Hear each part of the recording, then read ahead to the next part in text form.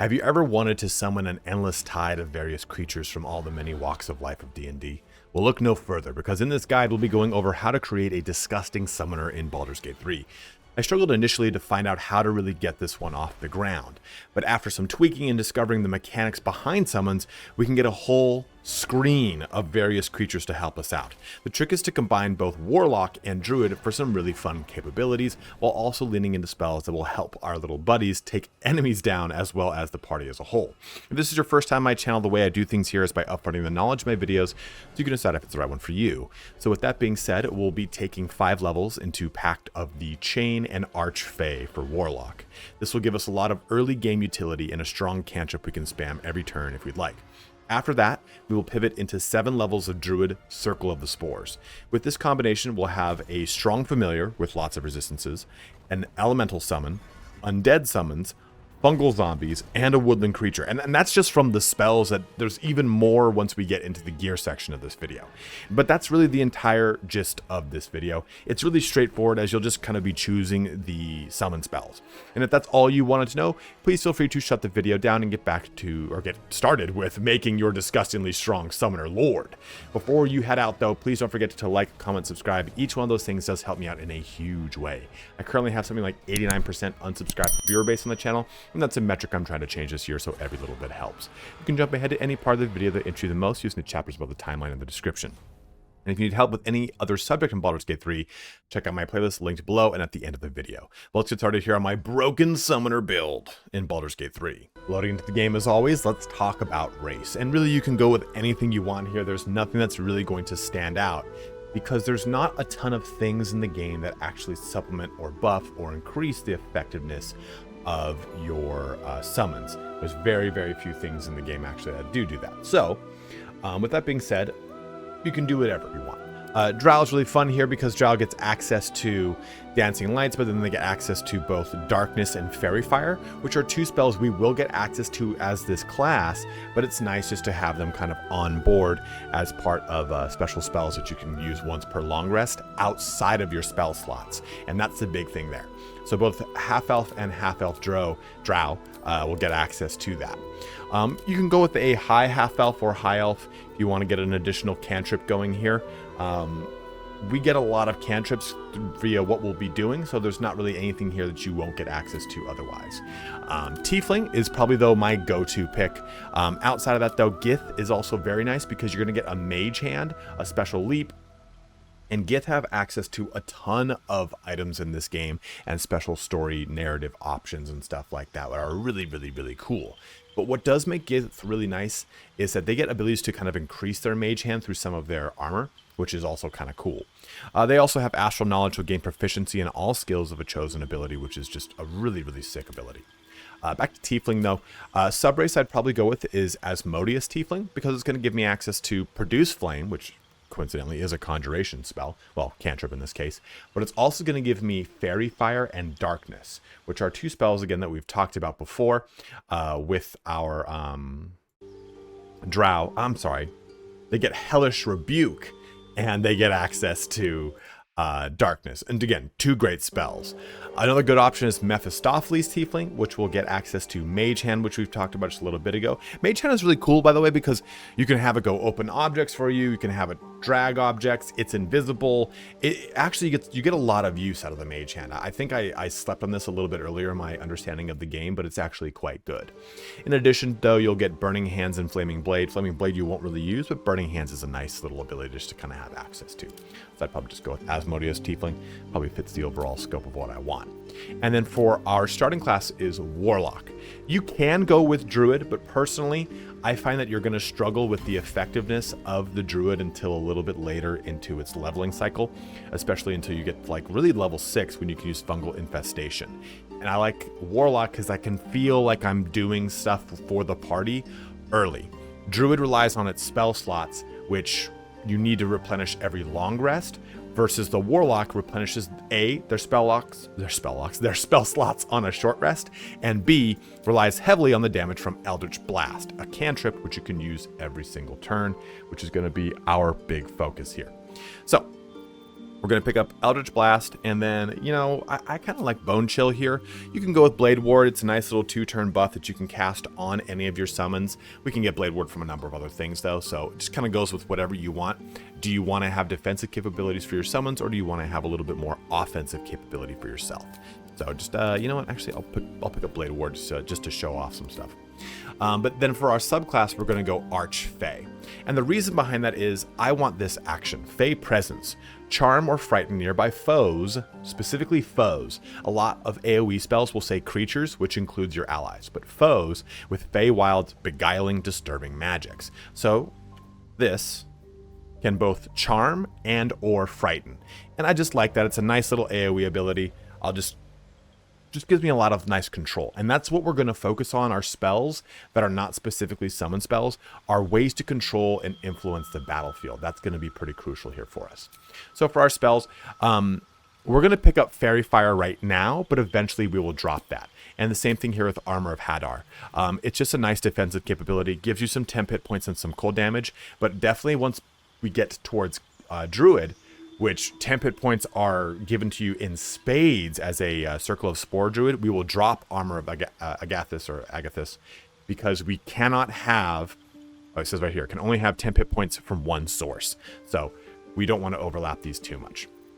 But we'll start like that, gives us a little bit of control capability and have some fun. Sleep falls off in its effectiveness too early in the game. Background, please, as always, guys, go with whatever makes sense for you and the roleplay you've created for your character. Are you some outlander who has made a pact with a devil to become a warlock? Are you a noble son who has done the very same but is also from a druid family or something of the sort? Are you a folk hero who has found that they've gone awry from their druid roots and again have made a pact with the devil? There's all sorts of fun things you can do with your background and the RP you have in mind for your character. My min-max choice, though, is always Insight and Persuasion from Guild Artisan. They're two of the more important skills, and just to have them turned on automatically through skill proficiency is a real nice choice here. As well, too, when it comes to our skill proficiencies, Persuasion's already selected for me, and we're going to have plenty of Charisma to go around, so that's going to be nice. But you can also pick up maybe Intimidation if you want. As far as other things that you get access to as a Warlock, Investigation is probably the best of this list. Religion, Nature, History, and Arcana are a little bit more nuanced in the likelihood of you using them. And anything in which you'd use them is typically, more often than not, just a quick little narrative blurb or something kind of cool to see here and there. It's rarely an actual big thing that'll progress you forward in a conversation like Insight or Perception. Those are two real big ones which we'll get benefits to here. You know what? So I'm going to actually pop a point here into Intimidation. But let's now go into our ability scores. Now, when it comes to our ability points, we're going to be putting points into both Charisma and into Wisdom, because these are going to be our primary casting abilities. Charisma is going to, of course, be all the things we're going to cast Warlock related, but we're going to end up casting at least more Wisdom related spells.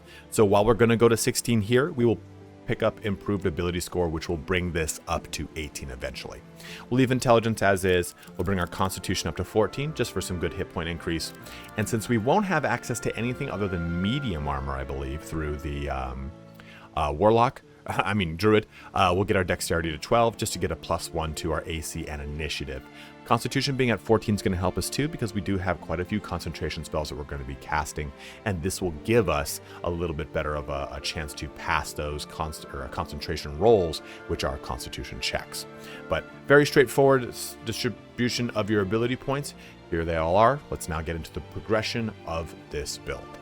Starting off with this progression, we of course are just now going to put 5 levels into Warlock here.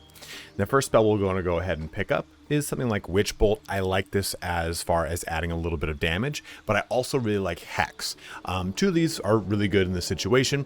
And remember, we are going to replace some spells as we get closer to the end of the Warlock leveling kind of spree here, because we can only remove these spells every level up. We can't just swap them out like we will be able to for Druid, which is nicer. So let's go ahead and go with Hex in this case. This will allow our guy to do some damage. Now for Eldritch Invocations, we're going to go with Agonizing Blast to add our Charisma modifier to our Eldritch Blast, which is huge.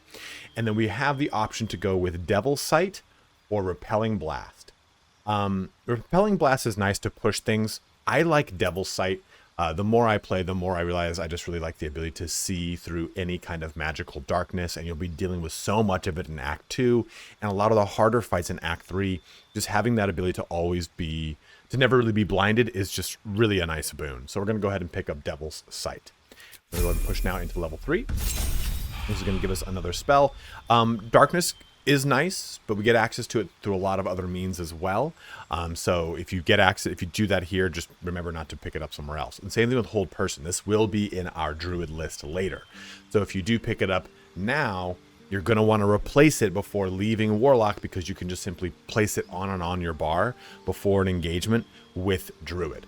But another good one, though, would be Misty Step, just to have access to is really nice. Crown of Madness is really cool here. Instill the madness in a humanoid enemy, making them attack the creature closest to them other than you, even if it's allied. So this can be really cool to do on like a back line of archers or mages, anything like that that's casting in the background. Doing something like that is a really cool capability. So I'm just going to pick that so I don't have to worry about the other overlapping spells as I go through this video. But Pact of the Chain is the big one we're going to go with here, which gives us Find Familiar, and then either Find Familiar Imp, which we're going to be using, or Find Familiar Quasit. Quasit's also good because it can scare things, which is really kind of cool. I just like the fact that the Imp can fly. That's the big thing. You can turn invisible, fly, and sting enemies to do poison damage, which is really cool.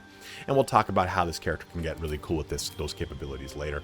But for now, we're level 3. We will be sticking with... You know what? We're going to swap off... No. We'll keep this as is. We'll do 4 is when we'll swap off our first spell. We'll swap off Fairy Fire. And why I like Fairy Fire is that all targets within the light turn visible, and attack rolls against them have advantage. So this makes your summons, makes it easier for them to hit things. It's why I really like this capability. In fact, actually, you know, we'll take off Armor of Agathis, and we'll put on another one of our level 2 spells. I'm going to go with... You know, psychic damage does get pretty good later in the game. But, you know, I'll go with maybe... Hold Person is nice. And the thing is, it's like a struggle right now, right? Because we've got 2 more levels. This level and then 1 more level of Warlock. So we do have to remove these spells now. And we don't want to get something that overlaps. So, you know what? I'll go with Enthrall, because that doesn't necessarily overlap. And we'll pick up Misty Step, because it will just kind of always be very useful. For our cantrips, I'm going to go with Bone Chill to add some necrotic damage, and I'll explain that further once we get into the discussion about Druid. But now, let's talk about your feats. So your feat options are not that awesome, actually. You pretty much are probably going to use Ability Improvement and put it into Wisdom as the one that you just should always take. You can pick up an Elemental Adept if you want, but we're not really doing a prevalent amount of any of these types of damage, so it's not that awesome. Lucky is always applicable though, and always a really good one. You gain 3 luck points that you can use to gain advantage on attack, ability, or saving throws, or to make an enemy reroll their attack rolls. If you're playing in honor mode, that's always a really cool benefit. Spell Sniper is always nice though, so you learn a cantrip and the number you need to roll a critical hit with spells is reduced by 1. So this will apply to your Eldritch Blast, so your Eldritch Blast will crit easier if you'd so wish to use it. You also get access to another cantrip like, say, Ray of Frost. Ritual Caster here can be kind of cool if you want to, say, maybe just pick up Longstrider and Speak with Animals, so that they're no longer part of your Druid list. You don't have to worry about picking them up. You can just have them as nice utility for the character. That's a cool way to kind of go about it. Find Familiar here, and your Find Familiar Warlock spell will not stack. It will choose the most recent casting of it. So if you choose this here and then cast this version of it, then go to cast your Warlock one, the Warlock one will override it, or vice versa. Other fun options that you can go with are any of the Magic Initiates, where you pull a cantrip from that specific, 2 cantrips from that specific class, and then a single level 1 spell from that single class as well.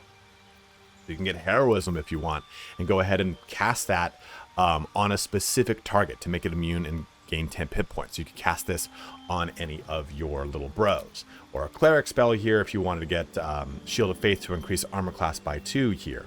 Or even Sorcerer or Wizard spells to get access to... Shield is a nice defensive one. Magic Missile here is really cool. Mage Armor on one of your... what's it called? your summons. What the hell's the name of the damn thing? Chromatic Orb is a really good offensive one. So these are fun ways to go about it if you wanted to do that.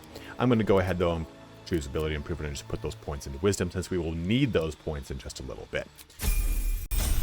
On to level 5. We get all some fun stuff here, because at level 5, we get Deepened Pact.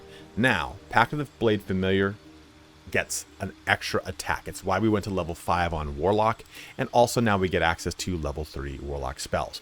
This is our last chance to swap any spells off of Warlock that we would want to do. Otherwise, you just simply have to re-roll. So getting access to Counterspell is actually really, really, really, really good, unless you have another class that plans on taking it. But this is a really nice spell to have right out the gate. Also, getting something like, there it is, Hunger of Hadar is going to be really good, because almost all of your summons, well, at least from the Warlock standpoint, will have Devil's Sight and the minor elementals. They can go inside of this and not be blinded, but they will take damage, so just kind of keep that in mind. Hypnotic Pattern is very fun, really great CC capability, and you can cast this when you're silenced, which is a really, really cool capability there. So you can go with something like that, or a counter spell, depending upon what you are dealing with your party. Keep that in mind. And we're going to replace another spell, and that's going to be Fairy Fire here, because now we will have access to that through something else. So let's just go with Hypnotic Pattern. Another good one, though, is Fear. Fear is always really, really great to have. We'll go with that. And then for Eldritch Invocation, you can go with Repelling Blast here if you want, but I actually am going to go with Mire the Mind. So now I can cast Slow. And Slow is good because target up to 6 creatures and slow them. Movement and actions are affected, and their AC and Dexterity saves are reduced by 2. So it makes it way easier for my summons to hit. It is a concentration ability, but it's a really good one to have online so that my summons are more able to actually do the damage that they can do. Pushing into that, though, we go into our first level of Druid.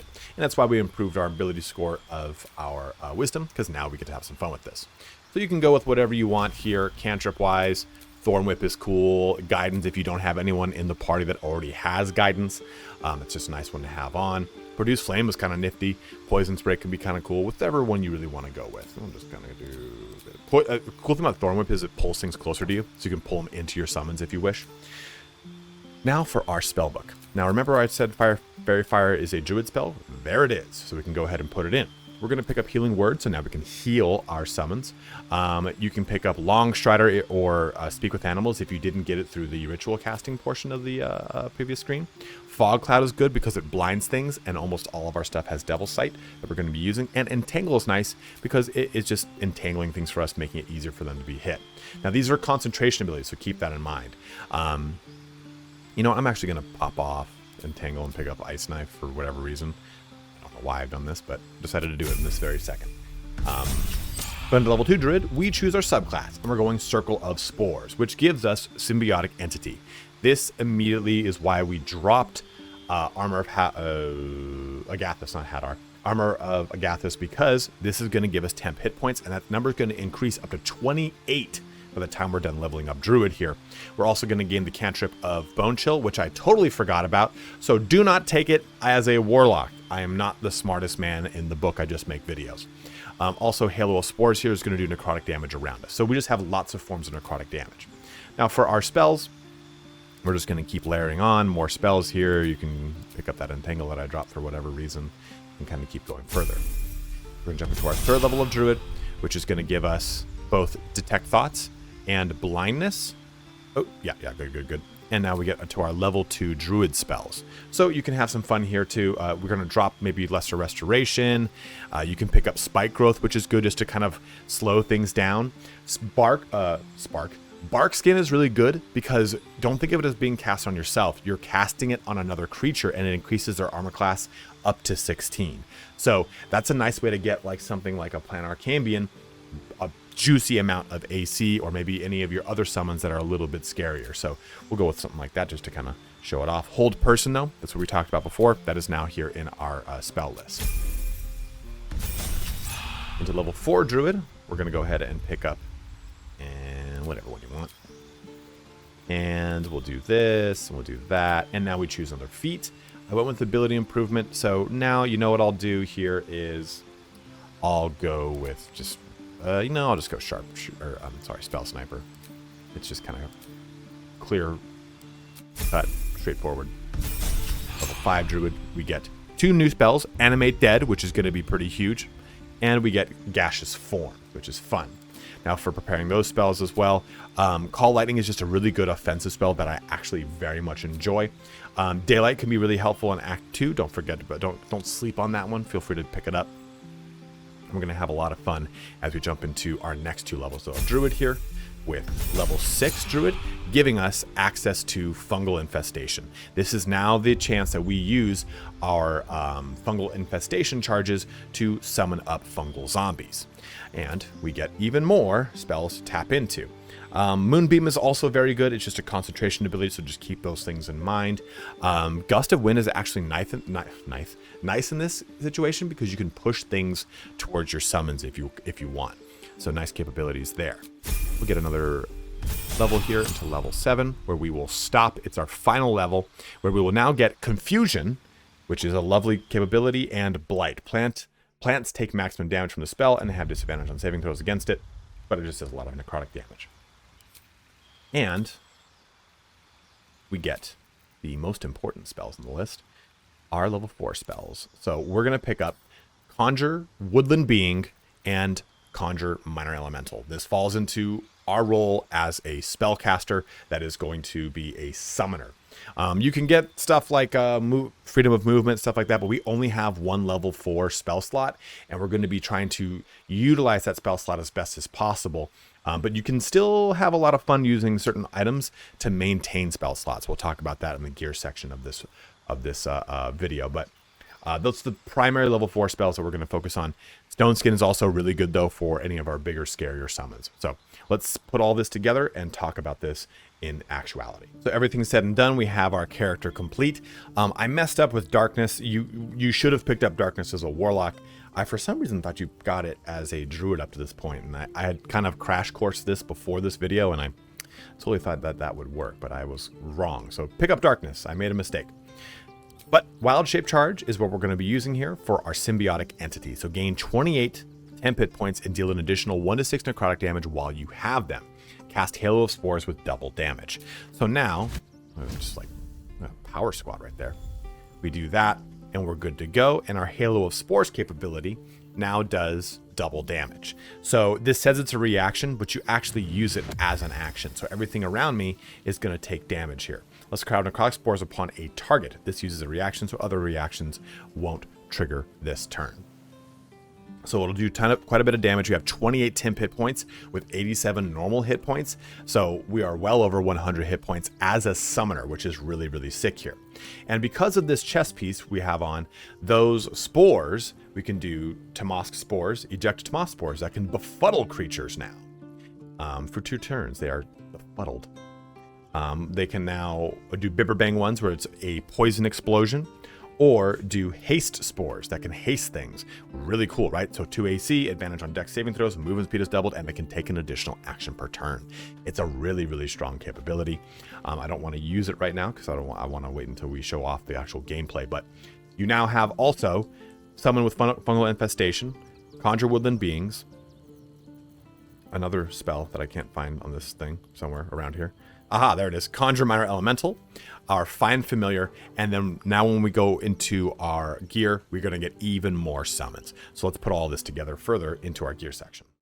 Now, as far as gear goes, I'm going to go through the 3 items I actually don't have yet in this playthrough, or just missed them, and we're going to talk about how they're really the only items that can supplement this build, minus a couple other ones that we've got already active. So the first one here is the Abyss Beckoners. These are gloves that you're going to get in the outpost of the Zentarim in Act 1. You'll find them underneath Joaquin's Rest. But the wearer's summoned creatures have resistance to all damage except psychic damage. That's really cool. The trade-off is, though, that at the start of the summoned creature's turn, it must succeed a wisdom saving throw or be driven mad. This isn't bad if you have this creature in the middle of the enemy, but if it is in the middle of your party, it has a chance of going mad and attacking your party. So just keep that in mind if you decide to use these gloves. It does add a little bit of chaos to the build, and it's kind of fun, really. If you're not playing on honor mode, why not? Give it a shot. It might be just too annoying for you to deal with, you're like, screw it, I don't want to deal with it anyway. And we'll take a look at the summons. Some of them have good enough wisdom that it might not be too bad to deal with this. Outside of that is the Crypt Lord Ring. Now this allows you to create undead. And the nice thing is this is a bound item. Or a spell that is bound to the item. Any item that gives you the ability to summon something, as long as you maintain that item on your character equipped, not in your inventory, but has to be equipped, that summon stays on board. So all the summons we're going to go through, this would just add another one to the list. So, and it's a powerful summon too. That's a level 6 necromancy spell. So it's summing up that really strong mummy. You get this from the Act 3 corpse guy, the same one you get the robe, and the next item we're going to talk about, the Staff of Cherished Necromancy. So the heightened necromancy portion isn't too crazy because we don't have a lot of necromancy spells. Creatures have disadvantage on saving throws against your necromancy spells. But we don't have a lot of those to take advantage of. We do have some though. The big thing though is Life Essence Harvest. When the wielder kills a hostile creature with a spell, they greedily absorb its energy and gain life essence until their next long rest. You can use this life essence to cast spells without expelling spell slots. So this is what is going to allow us to use a bunch of level 4 spells that are outside of our summons, like stuff like Stone Skin and what have you, to really lean into any kind of spell casting capability that you feel comfortable with. This is going to be based off of you and how this kind of ability will come into play for you. Not necessarily me saying, yeah, you got to use this and this is how you do it. If you want to use the Staff of Cherished Necromancy, it's in Act 3, same character that you're going to get the robe from and everything. You just have to kind of do that quest to deal with it. But it does kind of change the way the game plays, and you lose a summon, which we're going to talk about now with the rest of our gear. And as far as items go, instead of talking about, what I usually do is talk about stuff over here on the right and then what's on the left and kind of per slot. I want to talk about the things you just probably need to have. And the number one here is Circle of Bones. Allied undead within 20 feet are resistant to bludgeoning, slashing, and piercing damage. This is absolutely huge for us because it's going to give us a form of resistance on all of the undead we have marching with us, which there are going to be quite a few of those. So keep that in mind. This thing is really going to help us out and really help out the longevity of our summons, because those undead will also have undead fortitude, so they'll come back to life after they drop down to 0 hit points with 1 more hit point back online. You'll also probably want to get the Armor of the Spore Keeper.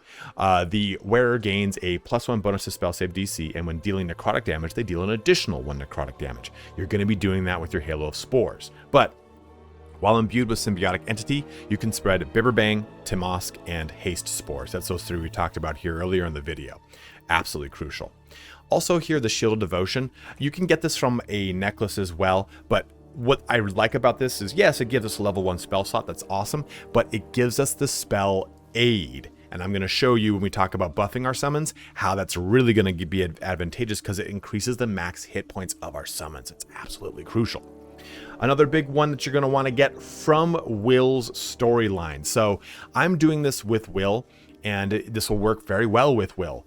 If you want to play Will as your origin character, you can do that. But if you don't want to have really Will be invested in your playthrough, then you're probably going to want to get the Staff of Cherished Necromancy rather than the Infernal Rapier. Because the biggest thing here is, yeah, you do get a bonus to your spell save DC, which is great, but this gives you a bound planar ally Cambion. So you just get a Cambion that's going to be with you until long rest. It's a real great little ability here. You can even use this thing in melee now because you can melee caster, it uses your spell casting ability modifier for attack rolls, but the big thing here is the planar ally Cambion. That's a big one. Another really good summoning item here is going to be the Raven Gloves, because this just gives us the Find Familiar Raven, which you're probably thinking, that doesn't seem very cool, dude. The Raven can blind things. That's a huge little bit of utility for the party, which I really, really like. And also, lastly, the Spell Crux Amulet. This gives us spell slot restoration, so we can keep our level 4 spell slot online right at the kind of initial portions of summoning when we just wake up. This allows us to get 2 summons at our level 4 slot, where we otherwise would not be able to do that. The rest of the items I'm going to talk about are just nice to have items. Put them on as you see fit, as they kind of fit into your playthrough. You can really get away with pretty much anything else outside of this. The only real big thing I'd say is absolutely necessary is probably this helmet, just because it makes your undead so much more tanky. Everything else is just adding more summons to the list. So for example here, when foes fail a saving throw, they get mental fatigue. Mental fatigue means they get a wisdom, intelligence, and charisma saving throw penalty, which is always nice here. Exhort the Ring of Exalted Marrow gives Exhort the Risen and Ghoulish Touch. I just added it because it seemed kind of fun, fit the theme overall for the build. We have the Disintegrating Night Walkers because this allows us to cast Misty Step as a bound ability outside of our Warlock spells, which is always kind of nice. For some other spells, the Cloak of the Weave. Gain a +1 bonus to spell save DC and spell attack rolls. This allows us to really leverage that spell save DC and attack rolls to help us out in trying to get any of our spells online so they don't get resisted or any of that sort. But some other items here, you can go with the Shield of the Undevout just to get another level 1 spell slot, which is cool. Also helps here, your foes have disadvantage on saving throws to resist your spells or actions that inflict fear. So if you went with that fear spell from Warlock, you can get the benefit here with the Shield of the Undevout. Flesh Melter's Cloak just does acid damage anytime someone hits you. Even using stuff like the Robe of the Weave just helps you with your spell save DC and spell attack rolls. I just wanted to showcase you can use robes that just kind of help you in on the spell damage because you're not really up close and personal. That's what your summons are for, right? The Potent Robe is always great. Your cantrips deal additional damage equal to your charisma modifier. If you want to really lean into that Eldritch Blast, it's right here for you. At the beginning of the wearer's turn, the robe activates, granting them 10 hit points equal to the charisma modifier. We don't care about that, right? Because we're getting so many 10 hit points from our Halo of Spores that Halo of Spores won't allow this to actually trigger. Birthright, though, just increases our charisma if you did not or do not have the Circle of Bones, so if you don't want to do it through Act 2. The Shapeshifter hat is nice because this increases your wild shape charges by 1. The only reason that's good is that allows you to just use Symbiotic Entity more. So wild shape charge replenishes on short rest, so this is kind of neither here nor there, but just kind of wanted to showcase it as it does increase your shape charges. Another cool one here is your Necklace of Elemental Augmentation. So whenever you deal cantrip, or any of your cantrips deal acid, cold, fire, lightning, or thunder damage, add your spellcasting modifier to the damage dealt. And we've done that here by adding in Ray of Frost. So this will just add that damage into it. Just makes our cantrips be a little punchier, and you get this early in the game so you can use it up until the point that you get the Spellcrux Amulet in Act 2. As far as gloves go, if you don't want to use Quoth the Raven, you can just simply pick up stuff like Quick Spell, which cantrips that cost an action, cost a bonus action instead, or Gemini Gloves, where you can have it so that your cantrips can target an additional creature. For Eldritch Blast, it just increases the amount of shots coming out. So right now, Eldritch Blast does 3. With those gloves, it would do 4. So that's the kind of cool thing there. Then as far as just some other staves you can use, the Mako Shaka Shakashir has Arcane Battery, so you can keep using that level 4 spell slot. And also these favors right here, here I'll put it on to show you what I mean. This, using any one of these is really, really, really good because it allows you to add your proficiency bonus to that damage type, which is cool. So, you know, we had Call Lightning, right? Well, now I can use Bolts of Doom and add that proficiency to my lightning damage, and I also get 1 lightning charge whenever I deal damage, and Chain Lightning and Lightning Bolt as a free bound cast over here on the right side. So you can use this to add a lot more spell casting capability to the build if you want. Again, you just lose the ability to summon that Cambion. Even the staff like this is really good though too, just +1 bonus to spell save DC and spell attack rolls. But that's really it. The gear's not as dependent upon the character like a lot of other things. It's just here to kind of augment what we are doing. But now let's get into that summoning. Now let's put all of this together. I'm going to go ahead here and use a potion of Arcane Cultivation. This is going to give me, oops, I got to use the other one of Arcane Cultivation. This is going to give me a free level 4 spell slot that it's an elixir. So this will always be active as long as I don't long rest. And this is going to allow me to cast a lot of spells very, very succinctly. So we'll start off with a level 4 Animate Dead Skeleton. This is going to give us 3 skeletons to join our little army here. Start off right off the bat with them. And then I'm going to use Find Familiar, my special Warlock one, and I'm going to summon up an Imp. This can turn invisible, it can sting enemies and stuff like that. Now keep in mind here, the Summon Raven, it will overwrite this Imp. So you would use this Raven if the Imp dies and you don't want to do short rest, long rest, whatever the situation is. So this can allow you to, hey, you know what? I don't want a short rest right now. I'll just bring out the Raven. And the Raven can blind things, and that's really nice, right? Blinding something is just a nice way to get it turned on. It doesn't do a lot of damage or health. It's just there to kind of add a status effect. Now we have our fungal infestations. Unfortunately, we cannot cast these on multiple targets, but we've got 4 to use, so we're adding these across.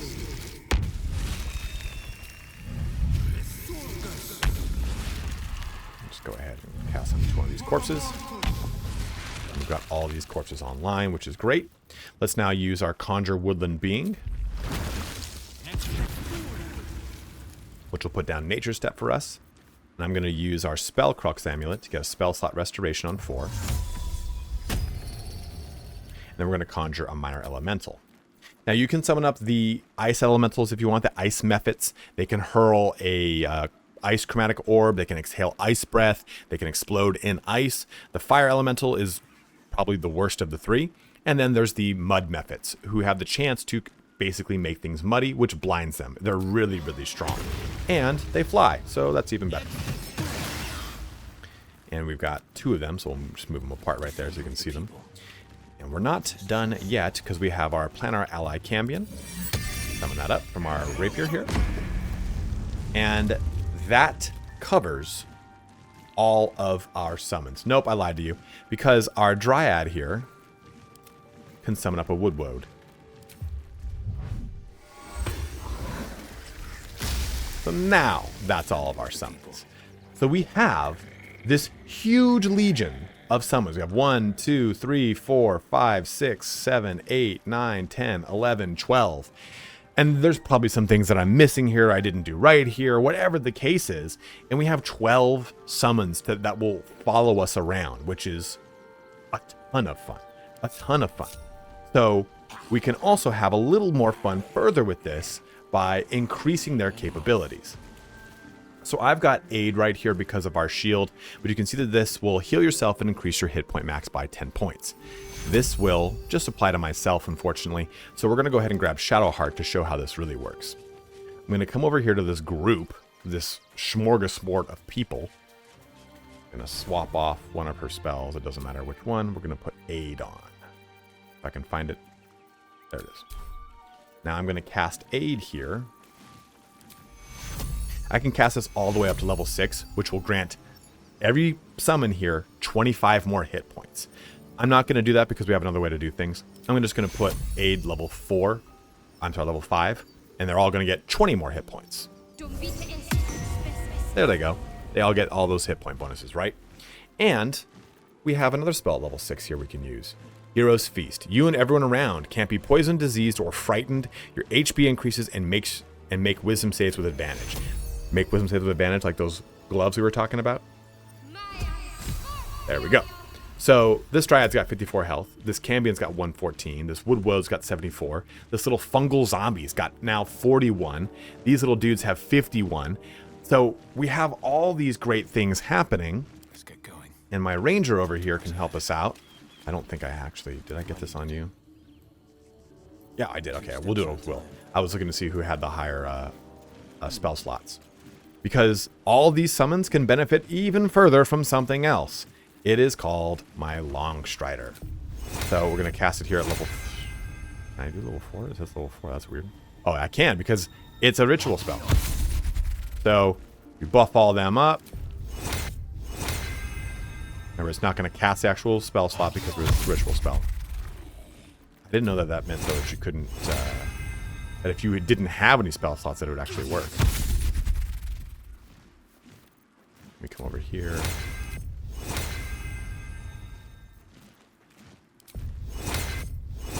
And now everyone's fully buffed. So you see that this gets really wild, right?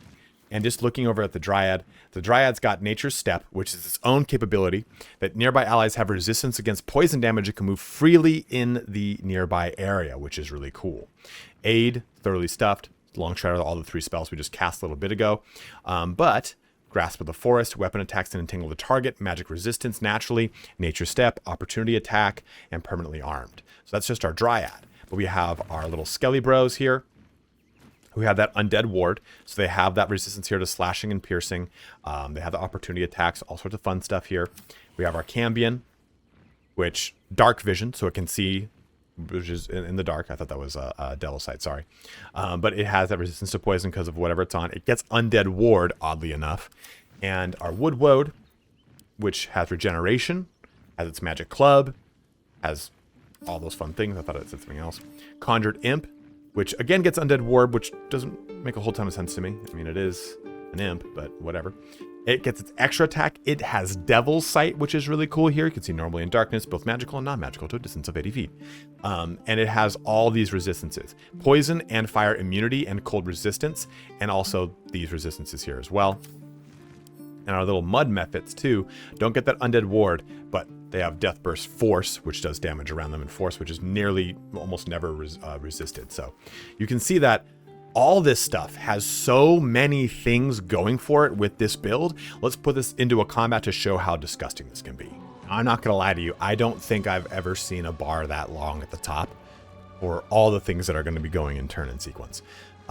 Will is not up yet, so I can't show you any of his fun actions we can do right now, but we have all these fun actions we can do with the millions of summons we've got.